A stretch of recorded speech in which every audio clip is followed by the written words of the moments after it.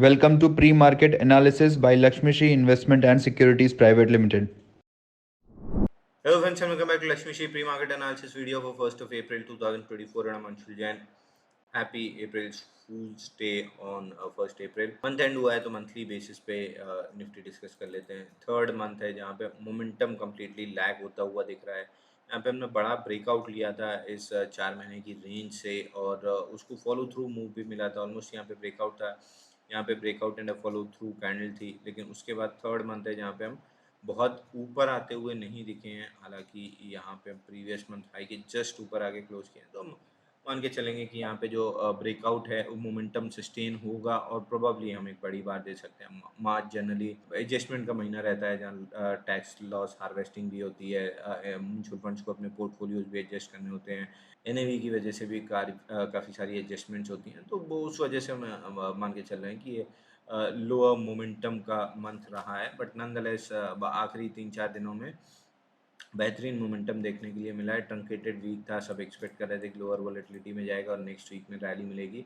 But towards the and आते आते बेहतरीन मंथ की क्लोजिंग की है। प्रीवियस मंथ हाई के ऊपर आके क्लोज किए हैं। प्रीवियस मंथ हाई 22,297 था और करंट क्लोजिंग 22,236 की रही है, तो यहाँ पे कंफर्टेबली प्रीवियस मंथ हाई के ऊपर क्लोज किए हैं। तो अब बाय ऑन डिप्स की स्ट्रैटेजी रहेगी क्योंकि मंथली हाइस के ऊपर जाके क्लोज किए हैं। Fresh all time high closing है मंथली बेसिस पे, तो बाय ऑन डिप्स की स्ट्रैटेजी रहेगी। अब वीकली पे देखें तो वीकली पे ये जो बड़ी सेल ऑफ बार आई थी, इसने इस ब्रेकआउट पॉइंट को, जो ये ब्रेकआउट आया था, इसको रीटेस्ट किया। प्रीवियस वीक लो के नीचे रिजेक्शन मिला और करंट वीक में ओपन लो की फॉर्मेशन के साथ नियर हाइस पे हम आके क्लोज किया। हालांकि आखिरी 1 घंटे में फ्राइडे की सेलिंग रही, बट एवेंचुअली उसको सरपास करते हुए ऊपर आके क्लोज किए हैं। तो अब यहाँ से जो एक्सपेक्टेड लाइन ऑफ एक्शन रहेगा वो बाई ऑन डिप्स का रहेगा। इसी हैमर के हाई को हम रिटेस्ट करते हैं 22,170, क्योंकि डेली चार्ट पे भी यही लास्ट ऑर्डर फ्लो है जहाँ से बाइंग इमर्ज होती हुई दिखी थी। तो इसी के रीटेस्ट पे एक बाइंग अपॉर्चुनिटी मिलेगी 22,170 22,180 के अराउंड।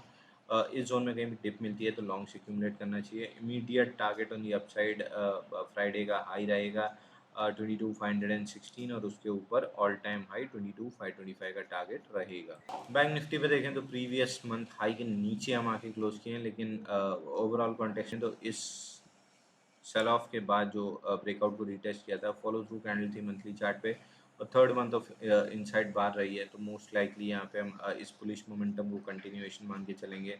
ऑन द रैलीज 47,400 एक रेजिस्टेंस का काम कर रहा है और कल भी वहीं से सेल ऑफ आया है, तो 47,450 47,500 अगर निकल जाता है प्रोबेबली इस वीक में, तो कंटिन्यूएशन ऑफ अप मूव रहेगा। ऑल टाइम हाई 48,600 का टारगेट रहेगा और उसके ऊपर एक्सपेंशनरी मूव भी मिल सकती है।